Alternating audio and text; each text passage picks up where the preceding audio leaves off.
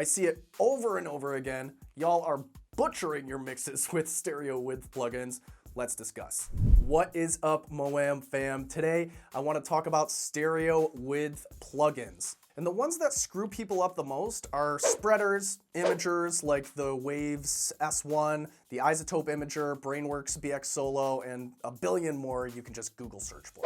The problem is not the tools themselves, but how people are using them.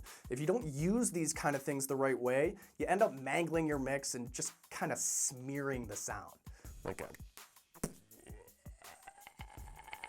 So we're gonna talk about what not to do, and we're gonna talk about how I like to use stereo plugins so you can get some ideas and some inspiration for using them in a way that won't just completely wreck your shit.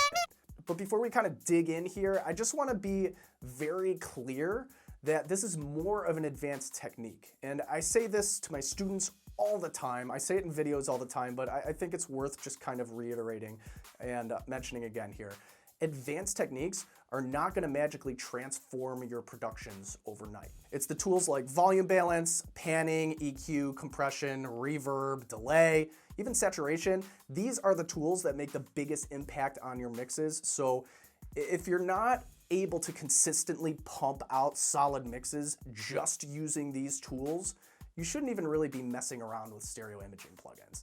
These are really just gonna kind of give you that last 1 to 2% of an edge, but they do not make up for poor fundamentals. So just wanna make sure you've got a healthy kind of big picture perspective going on here. So let's talk about how not to use stereo width plugins. When I'm reviewing mixes from students, the #1 mistake I see is they spend all this time getting a great balance, getting good separation, good dynamics, a nice sense of space.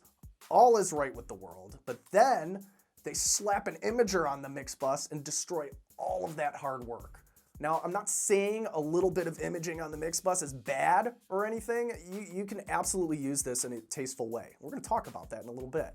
But where people go wrong is they just wanna crank it. And now everything just sounds really weird and unnatural. You can't tell where the vocal is coming from, where the snare is. I don't even know. It's all just gross. Also, don't crank this up on your drum bus or your lead vocal. So same idea here. If you just smash some stereo imaging on these things, it just sounds super unnatural. The things you intentionally want focused in the center of your mix will spread more to the sides. And 99% of the time, this just isn't how people are used to hearing music.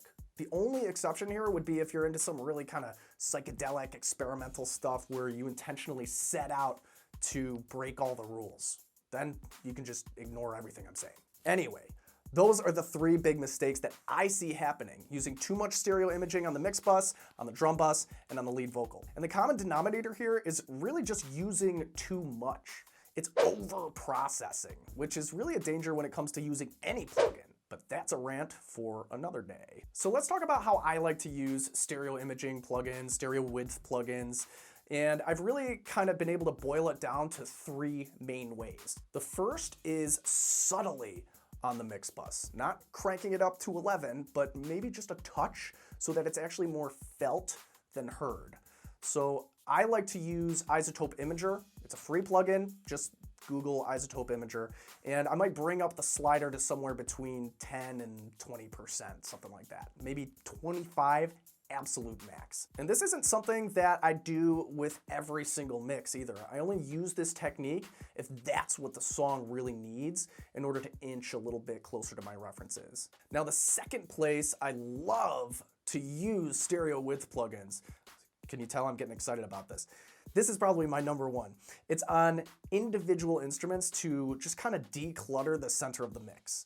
So for example, if I've got a kick, a snare, a bass, and a lead vocal all up the center of the mix, I want to kind of keep this area pretty clear of most other things just to maintain clarity of those priority elements. So let's say I want to layer in a percussion loop or a hi-hat that's primarily mono or more center focused. I could just pan it to the left to create some separation, but if I don't have another instrument to pan to the right to kind of balance things out, I might just keep the panning to the center and add something like a chorus plugin to help spread the sound out to the sides in a more balanced way, or a stereo imager to spread that sound out to the sides and leave room in the center for those priority elements. Same thing if I've got a synth or some strings or some kind of pad or chords that are more narrowly focused in the center. I'll add a stereo imager to that track and just spread it out, clear it up, let the vocals, the drums, the bass, etc. just all kind of live there. Now, how aggressive you want to get with this effect, it's totally up to you. I found that this is an area where a lot of times you can actually get away with really kind of cranking it up to the max. And you don't have to use this just for the mixing phase. You can use this during the production phase too, this technique. So, I mean, unless you don't want to, you just want to save it for mixing, that's okay too. Now, the third place that I like to use stereo imaging plugins specifically is for when there's competition in the sides of the mix. So for example, let's say I've got some doubled guitars, hard pan left, hard pan right. I've got a bunch of backing vocal layers that are also hard pan left and right. I might just add some slight stereo imaging to the guitars just to kind of push them wider so they sit more on the outside of the backing vocals, more on the edges of the mix. So we've got guitars here and then the backing vocals just slightly inside of that. Or maybe I'd apply it to the backing vocals. So they sit here on the outside of the mix instead and the guitars kind of sit a little bit inside.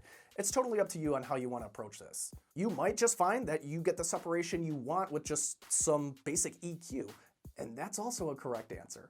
Again, just a reminder here that what we're talking about is like 1 to 2% kind of quality stuff here, just the stuff that's going to give you a little bit of an extra edge. You're always going to be doing the heavy lifting with the basic tools. So I want to know, how do you use stereo imaging or stereo width plugins in your productions? Let me know in the comments. Like the video if you liked the video. Share it with your friends. Subscribe for more music production rants from me. Thanks for watching. I'll see you in the next one.